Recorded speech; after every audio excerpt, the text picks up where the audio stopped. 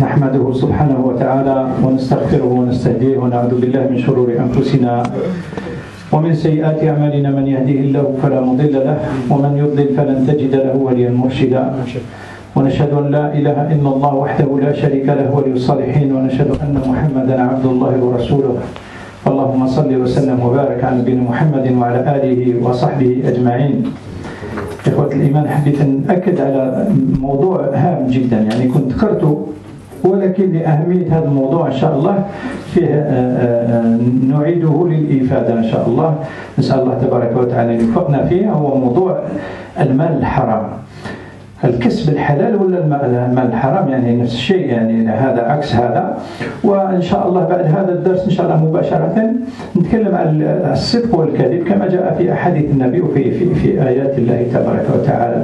Inch'Allah, aujourd'hui, on va voir ensemble, Inch'Allah, on va parler d'un sujet que j'ai déjà cité auparavant, mais de par son importance, je le répète, Inch'Allah, Allah dit rappel car le rappel est utile aux croyants, c'est le gain licite. Le gain licite ou le gain illicite, on va parler des deux, bien sûr, Inch'Allah. Ensuite, on va parler de la vérité et du mensonge tel que nous l'a démontré ou enseigné ou ordonné Allah tabaraka wa ta'ala et son messager Muhammad sallallahu alayhi wa sallam. الكسب الحلال يعني والله يعني أفضل شيء، أعظم شيء ينصح به الإنسان هو الكسب الحلال، لأن أمر من الله تبارك وتعالى. وكل من طيبات ما رزقناكم. الله طيب لا يقبل إلا الطيب كما قال الرسول صلى الله عليه وسلم. إن الله طيب لا يقبل إلا الطيب. وفي حديث صحيح يعني البخاري ومسلم يقول رسول الله صلى الله عليه وسلم: من تصدق بعدل تمرة. أنت تصور يعني يا إنسان، من تصدق بعدل تمرة، يعني شوف أتصور تمرة صغيرة، من تصدق بعدل تمرة من كسب طيب ولا يقبل الله إلا الطيب. ربي ما يقبلش حاجة ما تكونش طيبة إلا وتقبلها الله بيمينه ورباها لصاحبها كما يربي أحدكم فلوه. الفلو هو الفرس الصغير حتى تصبح مثل الجبل. هذه يعني تمرة حتى تصبح مثل الجبل. تصور يا إنسان، الله سبحانه وتعالى يشرط عليك شرط واحد في الصدقة، هو أن يكون الحلال طيب، الكسب طيب. يعني باش تقبل الصدقة تاعك هو الشرط الوحيد هو تكون طيب لأمر الله تبارك وتعالى: وكلوا من طيبات ما رزقناكم. الله سبحانه وتعالى أمرنا وأمر كما جاء في الحديث كذلك الصحيح، أمرنا وأمر الرسل: كلوا من الطيبات ما رزقناكم واشكروا لله. احنا هذا الله أمرنا بأن نأكل الحلال، والإنسان اللي ما يأكلش الحلال وش هو المصير تاعه؟ يعني احنا في بعض الأحيان نفسر ما هو الحلال، يعني في بعض الأحيان الإنسان ما يتولاش لأمور صغيرة وتوقع هذا توقعوا في ورطة كبيرة، لأنه والله أعظم شيء يجي في هذا الأحاديث هو اللي ذكره الرسول صلى الله عليه وسلم. ذكر الرجل، أتصور ذكر الرجل يطيل السفر. ما معناه يطيل السفر؟ بعض العلماء يقول لك مثلا الحج ولا يطيل السفر فيه، يطيل السفر أغبر أشعث، يعني أغبر عليه آثار السفر الغبرة، وأشعث يعني شعره طالع في السماء من قوة السفر، ما عندوش الوقت يعني باش يدوش ولا حاجة إلا يغسل راسه. فيقول الرسول صلى الله عليه وسلم: رافع يديه. شوف الشرط الثاني الدعاء المستجاب يكون، يعني نشوفوه فيما بعد. الشرط الأول هو دعاء المسافر مستجاب، هذا حديث النبي. والشرط الثاني نشوفوه إن شاء الله هو رفع اليدين في الدعاء، ويقول: رافع يديه إلى السماء ومأكله حرام ومشربه حرام وملبسه حرام أنى يستجاب له. كيفاش يستجاب له ربي هذا الإنسان؟ يطيل السفر المسافر. والرسول صلى الله عليه وسلم عندما يتكلم يقول عن المسافر يقول 3 دعوات لا ترد، 3 دعوات لا ترد، منها دعوة المسافر.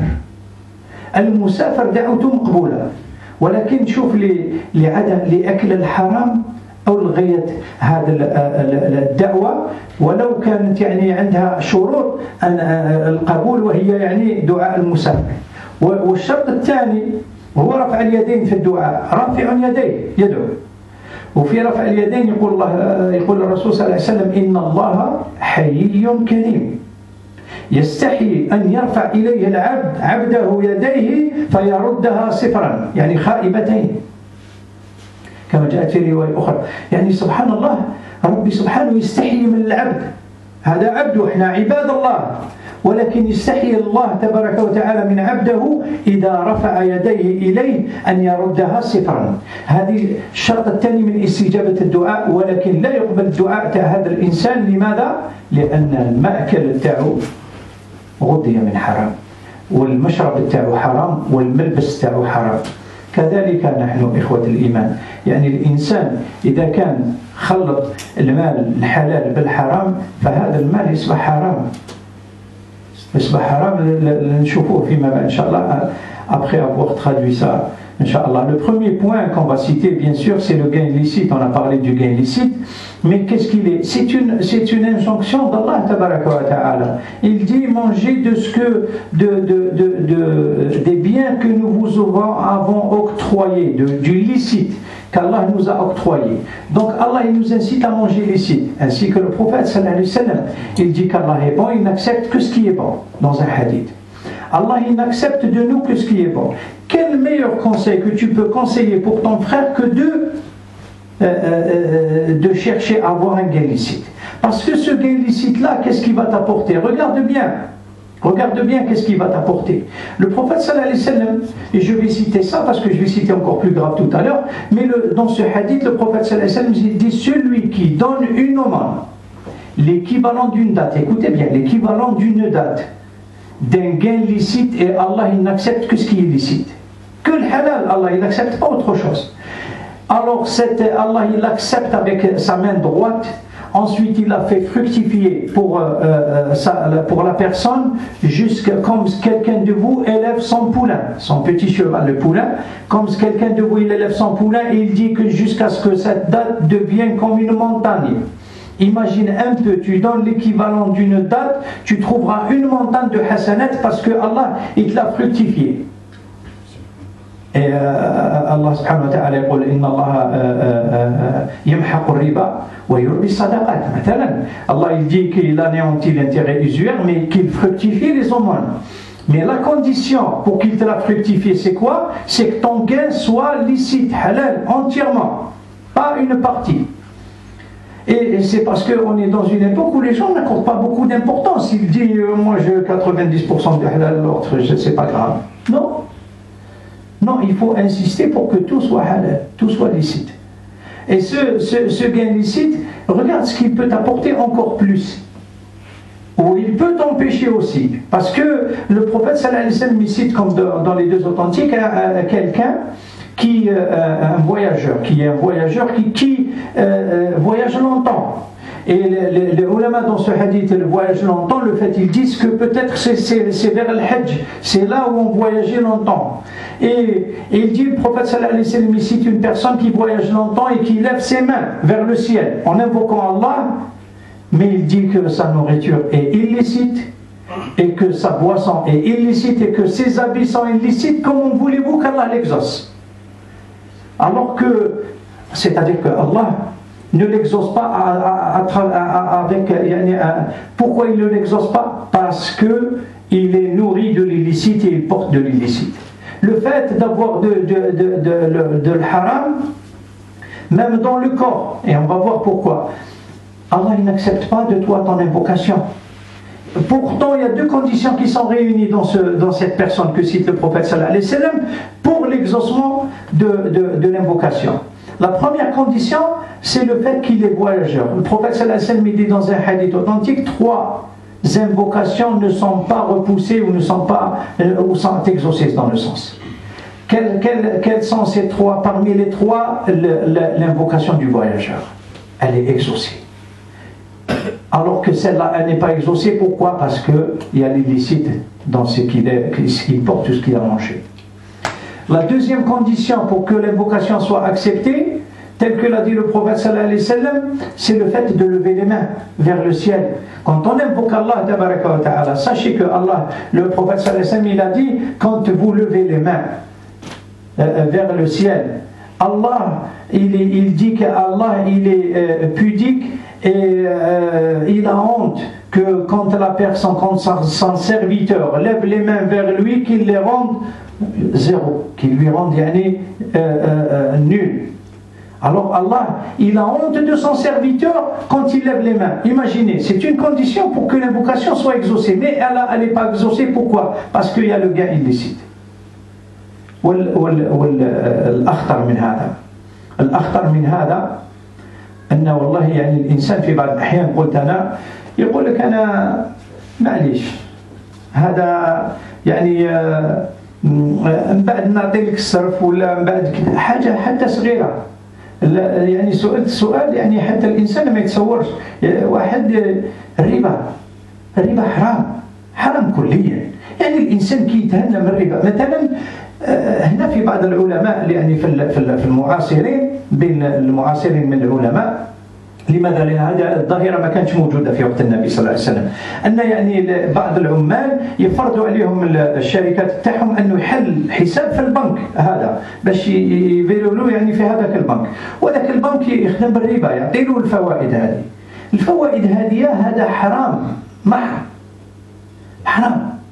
فهذه الفوائد وش تدير؟ افتوا العلماء المعاصرين لأن ما كانش من قبل قال لك تحكم هذه الفوائد تعطيهم الإنسان وما تقولوش هذا ربا لأن لو تقول له ربا ما عندوش الحق يأكله سبحان الله يعني ما تعطيهم وخلاص وتنساه راك تهنيت كلي تحكم النار بجمرة في يدك وتهنى منها هذا هو المفهوم.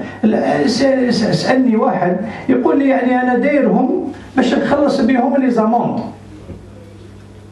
اتق الله يعني راك تتحيل على الله اللي زاموند راهم ليك هذا من المال تاعك تنفق عليهم إذا كان تنفق من الحرام هذاك تاع اللي كنت باش تخلص به لي زاموند تاكلوا واش كليت يعني سبحان الله لا هذا الشيء يعني حاجة حرام تتهنى منها. أتصور نوضعوا يعني كاس نوضعوا فيه الحليب شوف يعني كيش الحرام يتغلب على الحلال نوضعوا فيه الحليب كاس توضع فيه حليب وتوضع فيه قطرة تاع الزفت يعني قدرون ولا القطران الطعم تاع الحليب يتغير ولكن نحكم العكس هذا هو شوف يعني هذه قطرة برك تاع حرام كيفاش غيرت الطعم تاع الحليب ولكن نحكم قطرة حليب وضعها في الزفت القدرون والله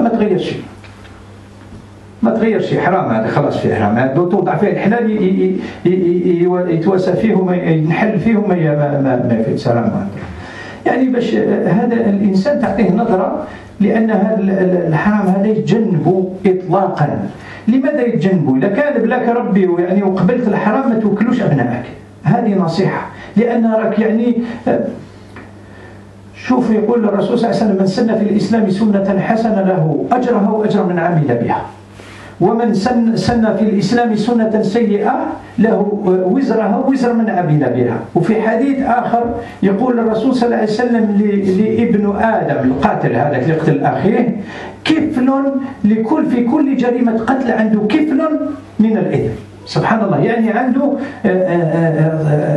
كمية يأخذ يعني نصيب من الإثم لكل إجرام يوقع على سطح الأرض.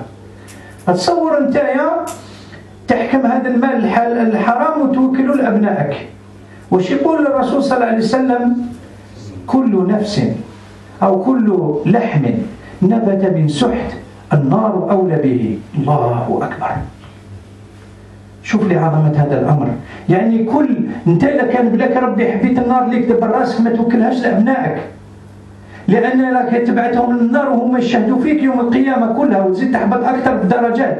شوف يعني ما إذا كان عندك بالك فرصة باش يسلكك ربي نقدك نزيد تغرق روحك لأن كل لحم تصور قال ابن تيمية يعني هذا الحرام اللي تأكله كما قلت يعني نفس الشيء توضع القدرون في الحليب يغير الطعم تاعه هذا الحرام كي تأكله ينتشر في الجسم ويلوث كامل الجسم يصبح خبيث سبحان الله. لهذا يقول الرسول صلى الله عليه وسلم كل لحم نبت من سحت، والسحت هو يعني الشيء غير حلال، هذا الكسب الحرام، فالنار أولى به، جهنم هي أولى به من الجنة، ما كانش يعني اختيار واحد آخر. يوم القيامة كاين أو الجنة أو النار. فهذا هو يعني الخطر علينا. إن شاء الله ربي نسأل الله تبارك وتعالى أن يجنبنا هذا ويهدينا لما يحب ويرضى. La chose la plus grave dans ce que je viens de dire, parce que dans le gain licite ou illicite, c'est que quand on obtient un gain illicite, il va altérer le licite, même si c'est peu.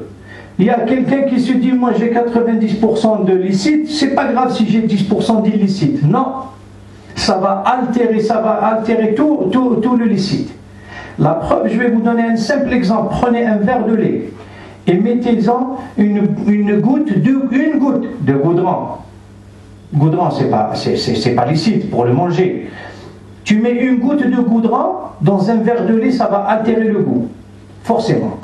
Mais si tu mets une goutte de lait dans un verre de goudron, ça ne va rien altérer, parce que le licite ne va pas effacer l'illicite. Mais c'est pour ça, c'est l'exemple qu'on doit prendre pour savoir que notre argent... Il y a quelqu'un qui m'a posé une question, c'est bon de le répéter parce que c'est des choses qui nous arrivent au quotidien. Il m'a dit, j'ai dans ma banque, et on me donne des intérêts. Et ça, il y a des ulama qui ont fait une fatwa, les ulama contemporains, parce qu'avant ça n'existait pas, que les banques, on pouvait avoir le choix. Mais là, il y a des sociétés, par exemple en France, qui imposent à la personne qu'elles aient un compte dans telle banque parce qu'eux, ils sont conventionnés avec cette banque. Et le ulama, qu'est-ce qu'ils ont fait comme fatwa dans ce sens? Ils ont dit, si c'est une contrainte, c'est pas grave, mais ce qu'il y a quand tu as l'intérêt, tu t'en débarrasses, parce que c'est quelque chose d'illicite, c'est un haram que tu prends et tu te débarrasses. Tu le donnes, mais tu lui donnes pas, tu lui dis pas à la personne à qui tu as donné que c'est des intérêts, parce que sinon il n'a pas le droit de les manger aussi. Si tu lui dis que c'est d'un intérêt illicite, bah écoute, il n'a pas le droit de les manger non plus. Alors tu te débarrasses. C'est comme si tu te débarrassais d'une braise entre les mains. C'est un feu, jette-le. Jette-le, c'est un feu. Et c'est dans ce sens que le gain illicite, tu dois t'en débarrasser. Et ils disent que tu dois le donner sans informer la personne. Il y a quelqu'un qui m'a posé une question, il m'a dit, tu as envie de poser une question? J'attends. Bon, d'accord. Il m'a dit, moi je prends cet intérêt usuaire et je l'utilise pour payer les amendes. Et non, tu ne vas pas ruser avec Allah. Soyons honnêtes avec nous-mêmes. L'amende, c'est toi qui l'as faite. C'est-à-dire que si tu fais écoute, quand tu as de l'argent à côté, tu te dis ah ça c'est pour payer l'amende, mais c'est-à-dire que tu es en train de te rendre licite quelque chose qui est illicite. Non. L'amende c'est toi qui l'as faite. Si tu l'as faite, tu dois la payer de ton argent. Et si tu la payes de l'illicite, donc la partie que tu devais payer avec, tu l'as mangée, et ça va altérer le licite. Oui, Jamel, tu voulais me poser une question. Oui.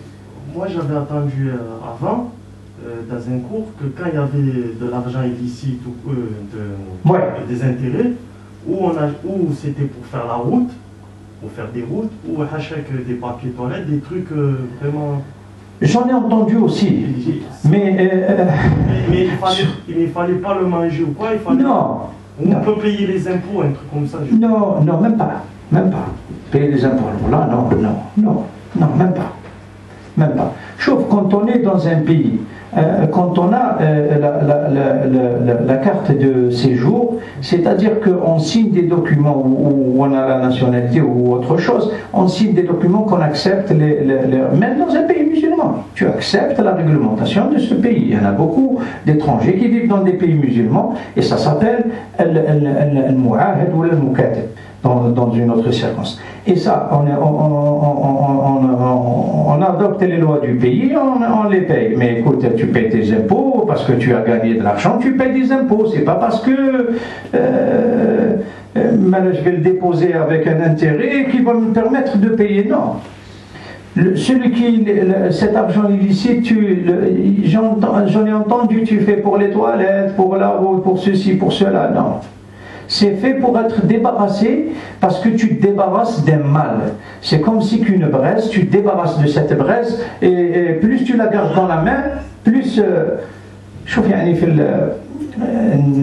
vais traduire, mais في هذا السياق الرسول صلى الله عليه وسلم يقول يعني الصدقة لا تحل شوف لا تحل لغني ولا لذي يعني الإنسان كي يكون صحيح قوي وحتى تحل إلا الفقير المفقع يعني الفقير شديد الفقر وإلا ليكون عنده يعني مدين شد الدين وإذا ما كانت في هذا السياق فهي يقول نار فليستقلل ولا يستكثر. Le prophète sallallahu alayhi wa sallam dit dans le sens du hadith que l'aumône, elle n'est pas licite pour le riche. C'est-à-dire celui qui est riche, on n'entend pas mais un riche. Non, celui qui a de quoi se nourrir normalement. Elle est illicite pour le riche et elle est illicite pour une personne qui est jeune ou solide ou saine dans son corps, qui n'est pas malade. Et elle n'est due qu'aux pauvres, très pauvres, et que quelqu'un très endetté. Mais en dehors de ça, il dit, c'est de la braise. Prenez ce que vous voulez, peu ou beaucoup. Ça reste du fait de l'enfer qu'Allah nous en préserve. Et c'est pour ça que le prophète sallallahu alayhi wa sallam dit toute chair qui a été élevée. Écoutez bien ce hadith, parce que c'est important. Il dit le prophète sallallahu alayhi wa sallam toute chair qui a été élevée par l'illicite, le feu de l'enfer en est prioritaire. Quand on dit que l'enfer en est prioritaire, il y a deux possibilités, ou bien c'est le paradis ou bien c'est l'enfer, il n'y a pas une troisième. Et si l'enfer en est prioritaire, c'est-à-dire c'est la catastrophe. Oui. Je crois que j'ai lu un hadith il y a longtemps, j'avais lu un hadith. Allah Rasoul dit, il viendra un temps où nul d'entre vous ne sera pas touché par le riba.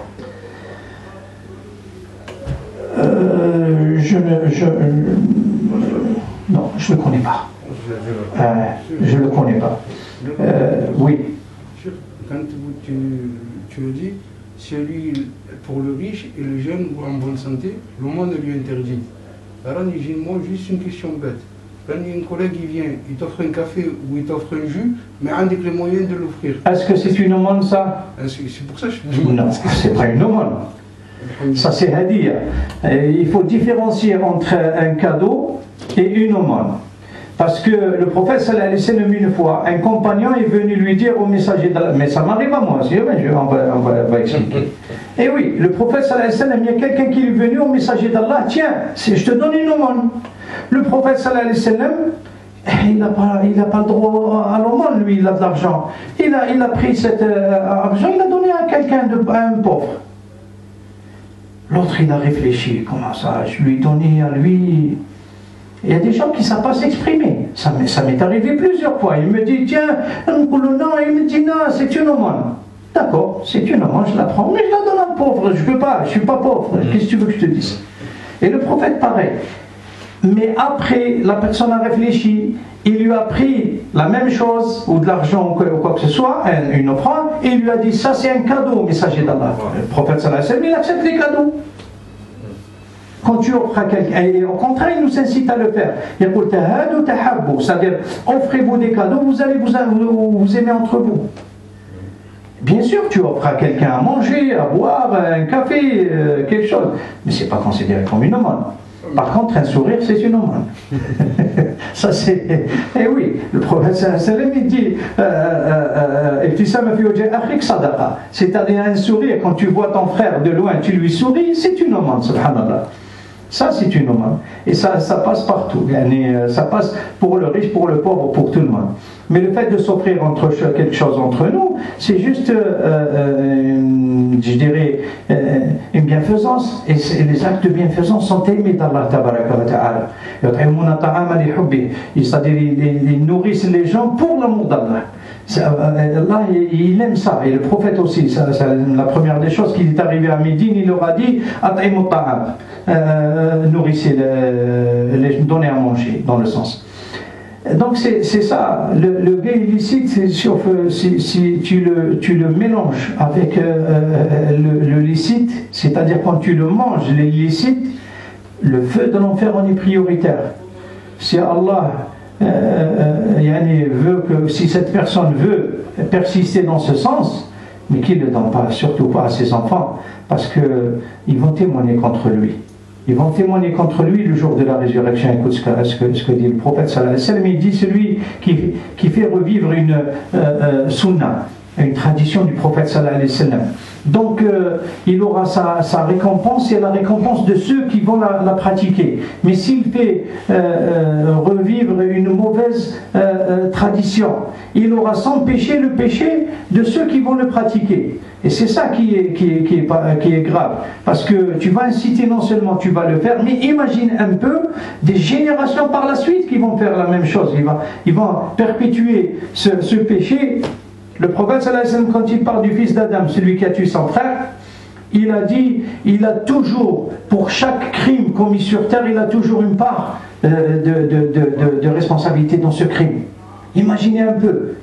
Depuis Adam alayhi salam, alors la première génération, jusqu'à aujourd'hui, pour chaque crime, il a une part de responsabilité. Imagine-toi, tu as fait instaurer quelque chose qui est mauvais, un péché, et tu l'enseignes à tes enfants, c'est pas grave. Et vous savez, je l'ai fait pour Allah et je l'ai fait pour enseigner aussi. De loin, une fois j'ai acheté quelque chose, j'étais avec ma petite fille. Elle était petite.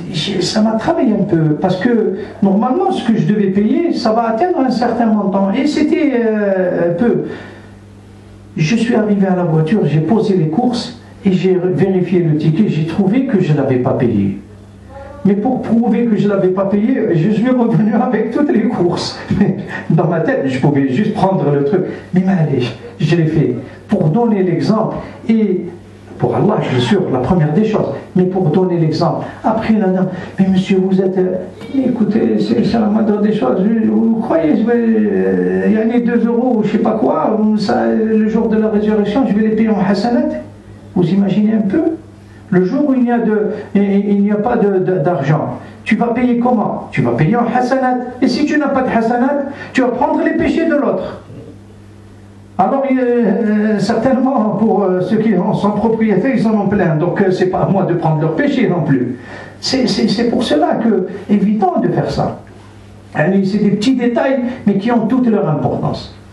هذا فيما يخص الكسب الحلال والحرام بصفة عامة.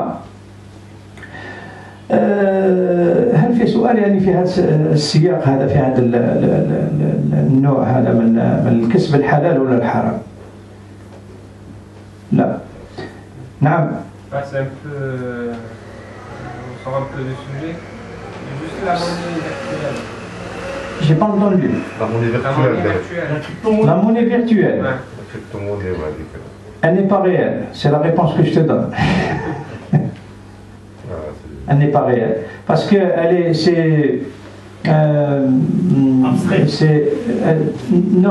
c'est que tu te bases pas sur quelque chose de réel. C'est du concret. C'est pas du concret. Virtuel. C'est virtuel. Et c'est des... j'ai oublié le mot, ça ne me revient pas. Mais en fait, il faut que tu te bases sur quelque chose de réel. J'ai une monnaie qui équivaut à tant, parce qu'il faudrait savoir que les talons monétaires, c'est l'or. et qu'ils évaluent d'après ça. Donc l'évaluation, la monnaie dans un pays, c'est trop dur à expliquer, mais la monnaie dans un pays, on ne peut pas sortir la monnaie comme on veut. Allez tiens, aujourd'hui on va faire... Par rapport à l'or qui se trouve dans les sous-sols. Par rapport à l'or que tu as emmagasiné et par rapport au ce qu'on appelle le produit intérieur brut, ce que tu produis. Tu ne peux pas sortir de l'argent plus que tu ne produis. Mais là c'est autant que tu veux. Tu as de l'argent. Il n'y a pas de base solide pour cet argent, pour la monnaie virtuelle. Je sais que ça a généré beaucoup de profits pour ce qu'il y avait avant, mais ça reste quand même un gain illicite parce que c'est le mot je ne l'ai pas, comme on dit. On l'appelle la monnaie fantôme. Abstrait. C'est-à-dire tu ne te bases pas sur quelque chose de réel, c'est des hypothèses sur hypothèses ou la présomption et tout, et ça c'est interdit. Il y en a beaucoup qui vont dans ça, hein. Beaucoup. Ouais, maintenant c'est ça. C'est la spéculation, quelque chose qui... C'est la spéculation, c'est le mot que je recherchais. Barakallahu fik. Écoute, c'est ça, c'est la spéculation. Et la spéculation est interdite dans l'islam. C'est pour ça que je trouve la différence entre... Des fois on me dit pourquoi, il y en a beaucoup qui me le disent. Moi j'ai acheté une maison et je suis dans une banque qui fait de l'intérêt usuaire, mais j'ai été dans une banque islamique qui me donne la même chose, il y a le même montant. Mais pourquoi? C'est pareil? Non, c'est pas pareil. Elle est où la différence? Et c'est une différence cruciale. Et tu vas voir qu'il n'y a pas de spéculation dans la banque islamique. Parce que qu'est-ce qui se passe? Tu veux acheter ce bien, tu n'as pas les moyens. D'accord. Moi, je l'achète. Banque islamique, je l'achète. Et je te le revends avec un bénéfice, bien sûr. Allah il a rendu licite la vente, mais il a interdit l'intérêt usuaire. C'est une vente. Je te le revends, bien sûr, avec un bénéfice, forcément. Mais ce qu'il y a, je te le vends avec un échelonnement. Par échelonnement, zéro intérêt, il n'y a pas d'intérêt du tout. C'est-à-dire que si je l'ai acheté 1 euro, je te le revends 1,20 €, mais 1,20 €, je vais te l'échelonner sur 3 ans, ou 2 ans, ou ainsi de suite. Tu auras à payer par à peu près 40 centimes par an, c'est pas grave. Et si tu peux avoir le même taux ailleurs, c'est-à-dire la même finalité, mais même tu me dis, même l'autre, à la fin, j'aurais payé 1,20 €. Mais la différence de l'autre, il y a plein de spéculations. Parce que la banque, qu'est-ce qu'elle fait? Est-ce qu'elle va l'acheter? Non. Elle va juste poser une garantie. Et tu vas hypothéquer ton bien. Je vois la différence. Tu vas hypothéquer ton bien. Et elle va poser une garantie pour celui qui t'a financé. Et chaque mois, elle prélève sa part d'intérêt et elle le paye. Elle lui paye sa traite avec des intérêts, bien sûr. Donc il y a intérêt sur intérêt sur intérêt, et ils te font faire une assurance vie. Oui, mais ils te font aller par tous les moyens dans les trucs illicites. Alors que la banque islamique, non. Non, même si tu meurs, tes enfants peuvent reprendre le relais, même s'ils ne le veulent pas, ils vendent, ils retirent ce qu'ils ont, et ils te donnent le reste. En parlant d'assurance vie, je voudrais savoir, il y a un contrat, il y a un nouveau contrat, c'est pas l'assurance vie, c'est un contrat prévoyance.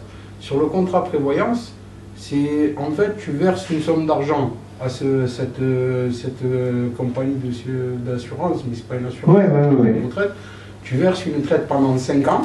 En fait, tu te mets d'accord avec eux sur le contrat, le montant est débloqué si tu meurs dans les 5 ans.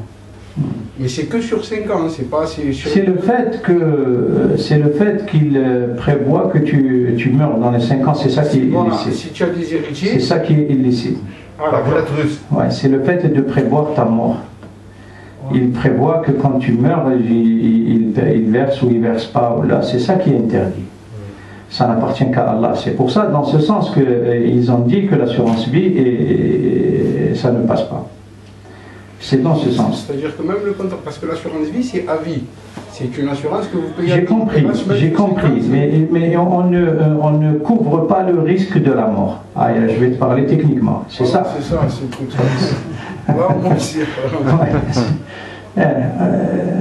c'est ça appartient à Allah, tu peux rien savoir, dans ce sens. Dans ce qui concerne les intérêts d'une manière générale, d'accord, alhamdoulilah. Maintenant c'est moi qui pose des questions. On va passer à l'autre sujet Inch'Allah. الموضوع الثاني كنا نتكلموا يعني فيما يخص الصدق والكذب. السلام ورحمة الله. يعني أصبحنا في وقت يعني كما الإنسان لا يبالي للحلال والحرام للكسب، ما يتحرش من هذا الكسب حلال ولا حرام. أصبح الإنسان كذلك ما يتحرش للكذب ولا قول الحق. يعني سبحان الله أصبحنا يعني الإنسان يقول معليش لا بعد نديرها ومن بعد ما يديرهاش. وهذه يعني الله سبحانه وتعالى أمرنا بقول الحق. يقول الله تبارك وتعالى يا أيها الذين آمنوا اتقوا الله وكونوا مع الصادقين. اتقوا الله يعني تحذير. شوف يعني الأول يا أيها الذين آمنوا هذه تخص المؤمنين.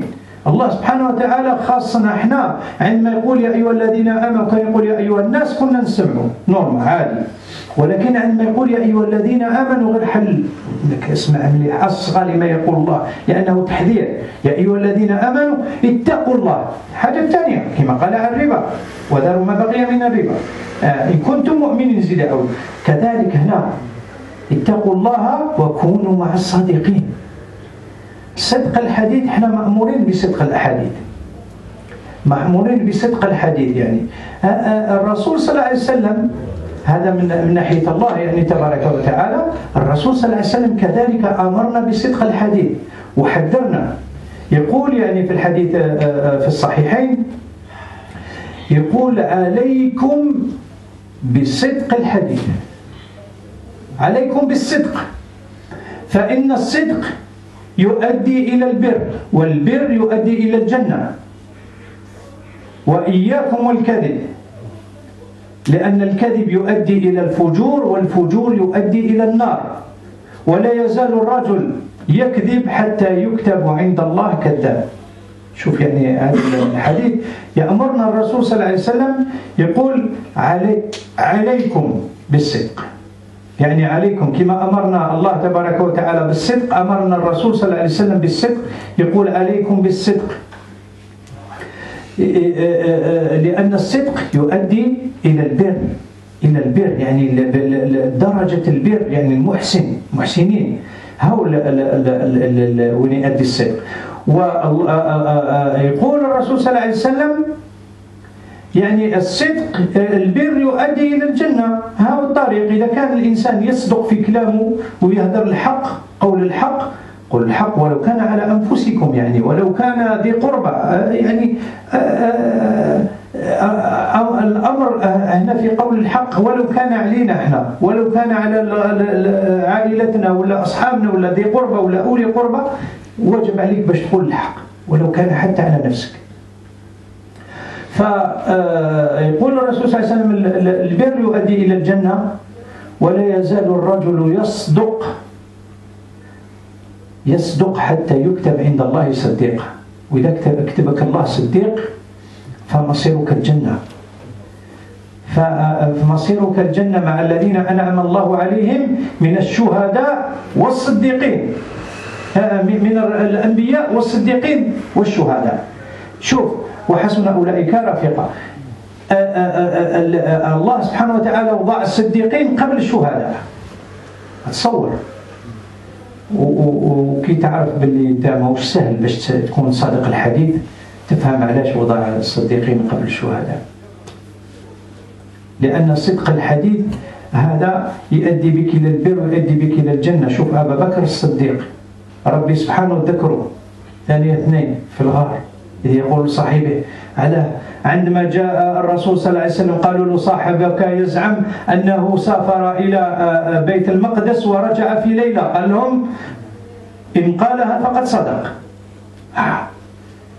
هذا هو الصديق، يعني صدق بالحق لما جاء من عند الله، يعرف بلي هذا رسول الله صلى الله عليه وسلم لا يقول إلا الحق، وهذا هو اللي يكون يعني النصيب تاعه في الجنة. عكس ذلك إياكم والكذب. الكذب اللي أصبحنا إحنا ما نعطولوش أهمية، أصبحنا لهذا الكذب إحنا يعني في كل مرة نشوف. كنت في المستشفى، يعني هذه تجربتي أنا، يقول لي لا نديروا هذا الشيء، لا ما نديروا، ويكتب عليك يعني بصفة عادية جدا، وهو مقتنع باللي راه يعني عنده الحق. هكذا أصبحنا يعني ما نشوفوش خطورة هذا الكذب هذا. تروح تشري سلعة يقول لك لا هي هكذا. سبحان الله، لو تعلم، نشوفوها إن شاء الله فيما بعد نذكروها، ولكن لو تعلم ما فيها والله ما تنطق بها يا إخوة الإيمان. لهذا الله سبحانه الرسول صلى الله عليه وسلم يقول في هذا الحديث لا لا يزال الرجل يكذب حتى يكتب عند الله كذاب. إذا كتبك الله كذاب مصيرك النار لا محالة، النار لا محالة، يعني ما كاش اللي نحيها لك. هذا هو يعني احنا امور ما نعطوهاش اهميه، وهي يعني في اشد الخطوره، on va parler de la véracité et du mensonge. Allah tabaraka wa ta'ala, il nous ordonne d'être véridique dans les propos, même si c'est contre nous, même si c'est pour un proche parent.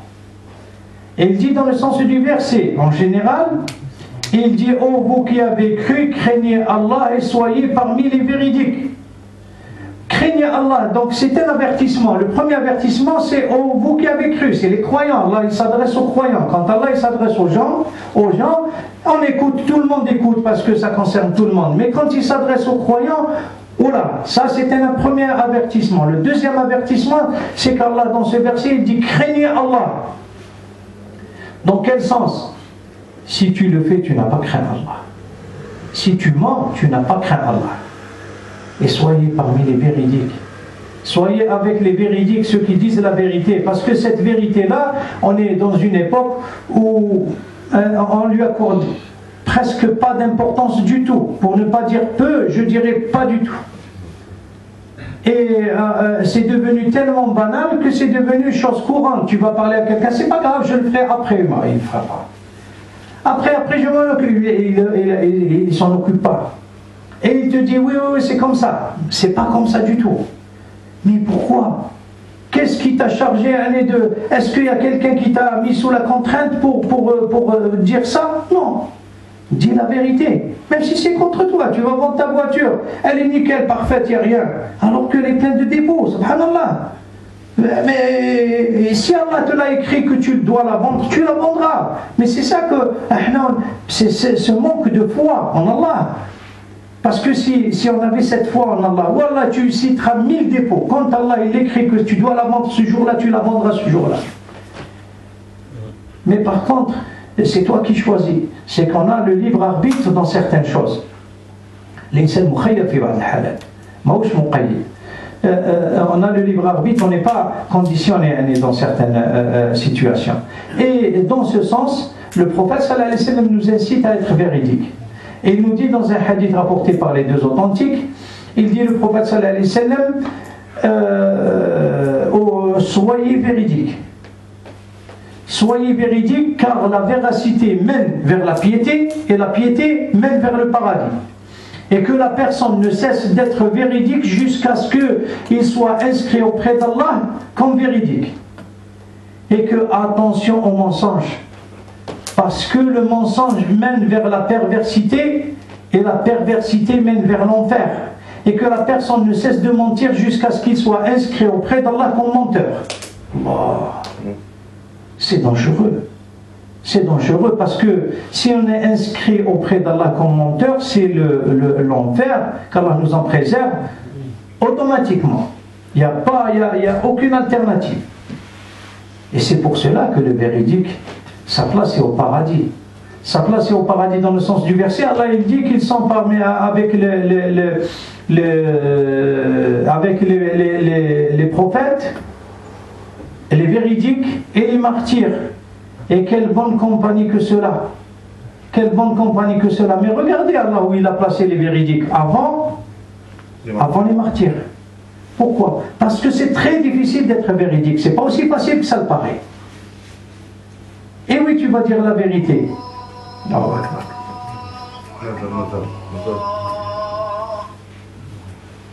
toi, tu es hier. Non, alhamdulillah. C'est juste. Mais ça nous a fait une petite coupure où j'aurais pu dire Al-Haq aussi. C'est. Quand ça coïncide, on avait l'habitude, c'est une tradition de dire Al-Haq, alhamdulillah. Et cette véracité-là, on ne lui accorde pas d'importance alors que c'est quelque chose de très, très, très grave et très important, parce que le fait d'être inscrit auprès d'Allah véridique, Allah il nous place avant les martyrs. Si Allah place les véridiques avant les martyrs, c'est parce que c'est un degré plus élevé et c'est difficile aussi à être véridique à 100%. Regardez Abu Bakr as-Siddiq, Allah il a cité. As-Siddiq ça veut dire le véridique. Allah il a cité dans le Coran. Pourquoi Allah il a cité? Parce que tout ce qu'il a eu comme rapporté par Mohammed sallallahu alayhi wa sallam, il a cru en tout, même quand il n'était pas présent. Et c'est ça le véridique, le vrai. Même quand le prophète sallallahu alayhi wa sallam n'était pas présent. On est venu le voir tout seul. Si on vient nous voir tout seul, on dit oui, tu as vu, oui, c'est de l'hypocrisie en fait. Oui, mais alors qu'il n'était pas avec lui. Et lui on dit, tu vois ce que prétend ton compagnon, ton ami. Il prétend qu'il a voyagé jusqu'à le Quds. En une nuit il est revenu. Il leur a dit, s'il l'a dit, je le crois. Subhanallah. Même en son absence. Donc voilà la véracité, voilà ce qu'est d'être véridique. C'est qu'il croit avec son cœur et son esprit. Et c'est ça. احنا اصبحنا يعني في وقت لا نتحرى الكذب ولا نتحرى الصدق. والله سبحانه وتعالى يعني الصدق حتى الصدق يعني يؤدي الى امور كثيره. من بين الامور اللي يكون صاحبها يعني قلنا شفنا مرتبه عاليه في الجنه، ومن بين الامور الاخرى اللي يستفاد منها الانسان هي الرؤيه الصادقه. الرؤية الصادقة شكون اللي يشوفها؟ يشوفها الإنسان اللي يكون صادق الحديث. هاوش يقول الرسول صلى الله عليه وسلم. يعني الرؤية الصادقة يقول جزء من 46 جزء من النبوة. تصور 1/46 de la prophétie.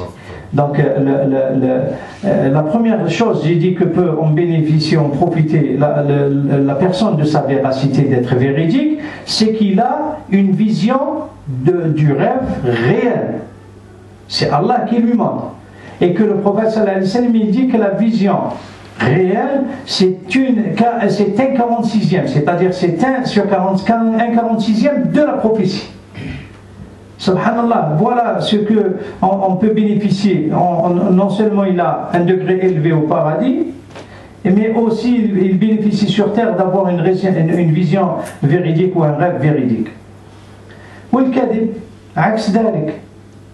الكذب إخوة الإيمان يتقسم إلى أقسام. الناس أصبحت الآن يعني هذه كلنا نلاحظوها، كل الناس نسمعهم ولا في الإذاعة ولا في التلفزيون ولا في أمور أخرى ولا حتى في المقاهي ولا في المطاعم، كل الناس تتكلم عن الدين. أصبحنا كلنا نفتيو يعني في أي مكان، في الأسواق سبحان الله. تغلب علينا الشيطان لهذا الحد. إمام مالك جاوه من بعيد البعيد، جاوه ب40 سؤال على 36 قال لهم الله أعلم. احنا خير منه؟ احنا اللي تسأله يجاوبك عليها. وهذا من أعظم الأمور الكذب على الله. قل إنما حرم ربي، شوف الحرام مرة، إنما حرم ربي الفواحش ما ظهر منها وما بطن والإثم والبغي بغير الحق وأن تشركوا بالله ما لم ينزل به سلطانا وأن تقولوا على الله ما لا تعلمون. هذا هو الحرام، أن تقول على الله ما لا تعلم. قول الله أعلم يعلمك الله. إذا كان قلت أنت جاوبت راهي عظيمة، راهي عظيمة، لأن أكبر مقتا عند الله أنك تقول ما لا تفعل، وأكبر يعني أو الحرام أنك تقول على الله ما لا تعلم. احنا أصبحنا نقولهم الكثير كلش، يعني نجمع، والكذب كذلك على رسول الله صلى الله عليه وسلم. يعني إنسان ما عندهاش من يحكي لي قال رسول، قلت له أتوقف، لو تكملها قلت له تكون من أهل النار. ما راكش يتكلم يعني في عادة. مثلا رحت ندير زواج وواحد يقول لي اشربوا الحليب والتمر، ما عليش نشربوا الحليب والتمر، ورانا المشكل ماشي مشكل، ولكن ما تقوليش قالها الرسول صلى الله عليه وسلم، لأنه ما قالهاش، ما دخلها السنة. احنا أصبحنا نقول قال رسول الله وهو ما يعرفش. واسمع واش قال الرسول صلى الله عليه وسلم، صحيحين بخاري ومسلم. يقول exactement. يقول الرسول صلى الله عليه وسلم الكذب علي ليس كالكذب على أحد. من قال علي شيء، من كذب علي فليتبوأ مقعده من النار. وفي حديث مسلم يقول من كذب علي متعمدا فليتبوأ مقعده من النار. الإنسان إذا كذبت على رسول الله صلى الله عليه وسلم أنت بغير علم وتقول قال رسول الله صلى الله عليه وسلم، راه باش تبان بلي تعرف، راك عرفت بزاف، لأن مصيرك النار.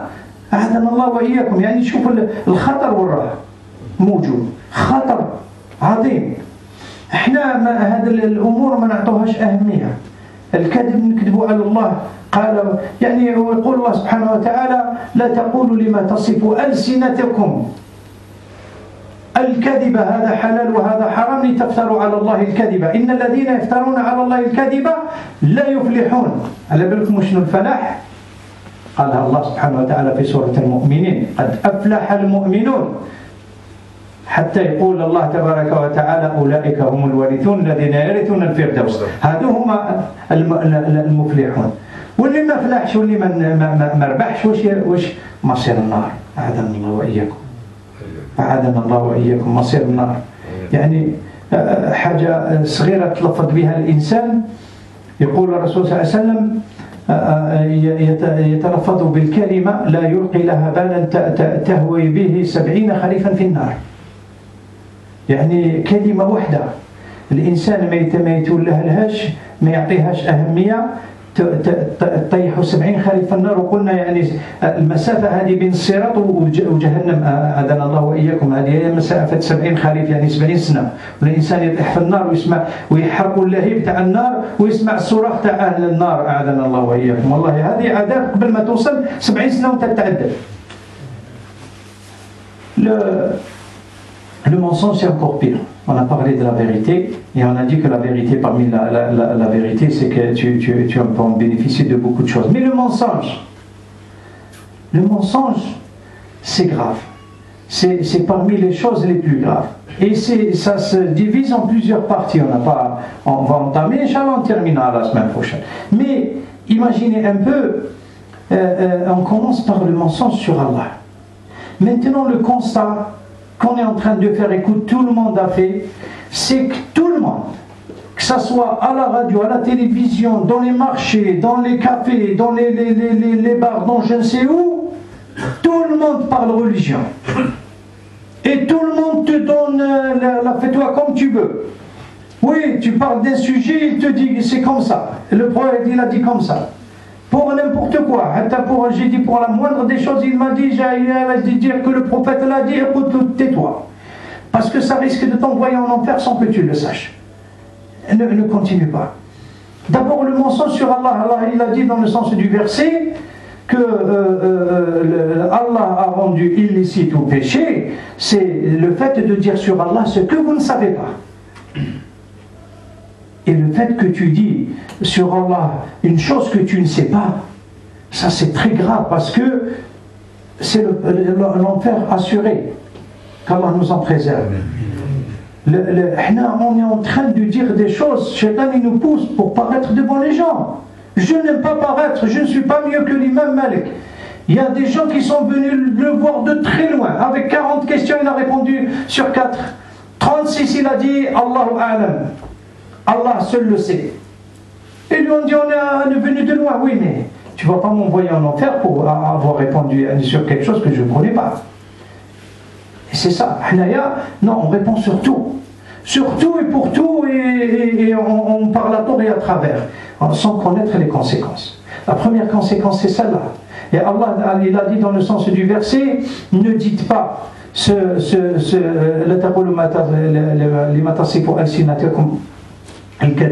ne dites pas le fait de dire ça c'est licite et ça c'est illicite, alors que vous êtes en train de dire du mensonge sur Allah tabaraka wa ta'ala. Ceux qui disent du mensonge d'Allah ne réussiront pas. Et c'est quoi la réussite? Allah il a dit à bienheureux, où on réussit les croyants, jusqu'à ce qu'ils disent ce sont ceux-là qui vont hériter du Firdaus, du paradis. C'est ça la réussite. Et si tu ne réussis pas, c'est l'enfer. C'est comme ça qu'il faut voir les choses. Il ne faut pas voir, j'ai pas réussi, ça et je vais échouer ou la refaire l'année. Il n'y a pas de refaire l'année. Si on ne réussit pas l'examen, c'est ou le paradis ou l'enfer. Tu n'as pas d'autre alternative. Et c'est comme ça qu'on voit les choses. Il ne faut pas mentir sur Allah. Il ne faut pas mentir sur le prophète. Sallallahu alayhi wa sallam. Combien le prophète l'a dit. Tu es sûr le prophète l'a dit? Moi, un hadith faible, je le transmets pas. J'ai peur que de tomber sur le hadith qui est authentique que je vais vous citer. Le prophète sallallahu alayhi wa sallam dans Bukhari Muslim, il dit le mensonge sur moi n'est pas comme le mensonge sur quelqu'un. Celui qui ment sur moi, qu'il prépare sa chaise en enfer, sa place en enfer. Et dans la version de Muslim, il dit celui qui parle sur moi intentionnellement, d'une manière intentionnelle, c'est qu'il prépare sa place en enfer. Le fait de dire que le prophète l'a dit alors qu'il ne l'a pas dit, moi j'ai dit un hadith faible, je ne le dis pas de peur de tomber dans ce hadith. Parce que, oui, tu as peur.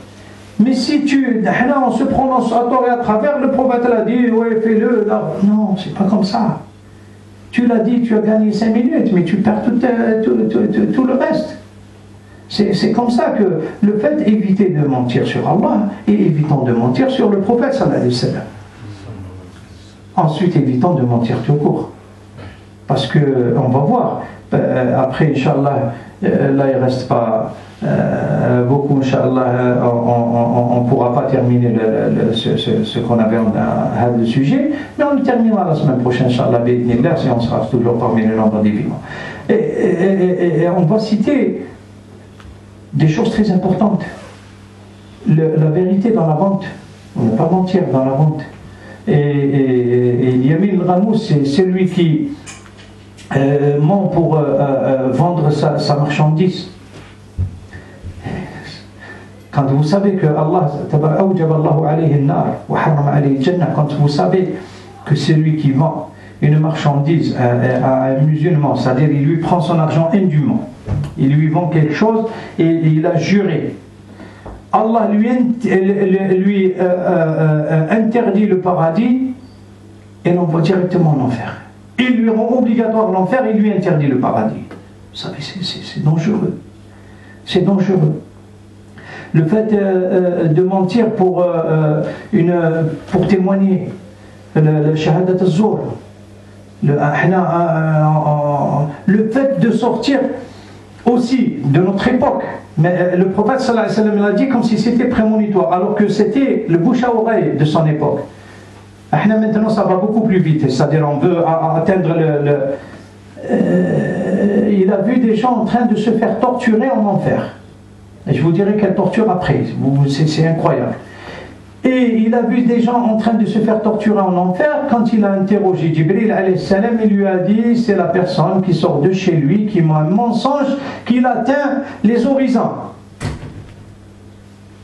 C'est exactement les fake news.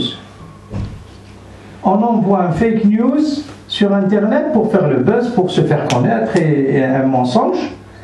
et qu'il atteint les horizons vite fait, bien fait, parce que transmettre, on transmet sans réfléchir aussi, et ça ne fait que précipiter sa situation en enfer, qu'Allah nous en préserve. يعني في الحصة القادمة إن شاء الله نتكلم على شهادة الزور. شهادة الزور مش نتكلم على شهادة البيع، ونتكلم على اليمين الغموس. اليمين الغموس هو اللي يقتطع به الإنسان مال مسلم. يقول حرم الله عليه الجنة وأوجب له الله النار. يعني سبحان الله. ونتكلم كذلك على الإنسان، يعني هذا شغل كأنه حديث تنبؤي من الرسول صلى الله عليه وسلم. يعني شوف الرسول صلى الله عليه وسلم يتكلم في 15 قرن، يتكلم على الإنسان يخرج من بيته، رأى الناس يعذبون في جهنم عندما أعرج به إلى السماء. فسأل جبريل عليه السلام قال له هذا يخرج من بيته فيكذب الكذبة تبلغ الآفاق. هذا الآفاق باش بالأذن، كان واحد يتكلم الواحد وتلحق. احنا الآن لا، بالانترنت ابعتها توصل يعني مباشرة باش يسرعوا له في العذاب. يعني سبحان الله. هذه أمور يعني الإنسان إن شاء الله نسأل الله تبارك وتعالى يجنبنا منها. إخوة الإيمان، قبل ما نكمل إن شاء الله ما تنسوش الأخ بالدعاء، توفى له واحد من العائلة إن شاء الله، ربي يرحمه ويرحم المسلمين إن شاء الله كلهم. نسأل الله تبارك وتعالى أن يجعل جمعنا هذا جمعا مرحوما وتفرقنا من بعده تفرقا معصوما، ولا يدع فينا معنا وشقيا ولا محروما. اللهم أعنا على ذكرك وشكرك وحسن عبادتك. اللهم علمنا ما ينفعنا وانفعنا بما علمتنا وزدنا علما. اللهم آتنا في الدنيا حسنة وفي الآخرة حسنة وقنا عذاب النار. اللهم اشف مرضانا ومرضى المسلمين، وارحم موتانا وموتى المسلمين يا رب العالمين. اللهم اهدنا فيمن هديت، وعافنا فيمن عافيت، وتولنا فيمن توليت، وقنا واصرف عنا شر ما قضيت، وبارك لنا فيما أعطيت. اللهم اغفر لنا ذنوبنا كلها يا رب العالمين. اللهم اغفر لنا ذنوبنا وكفر عنا سيئاتنا وتوفنا مع الأبرار. بسمك اللهم وبحمدك، أشهد أن لا إله إلا أنت، أستغفرك وأتوب إليك. سبحان ربك رب العزة عما يصفون، وسلام على المرسلين، الحمد لله رب العالمين. بارك الله فيكم. الله يجزيك.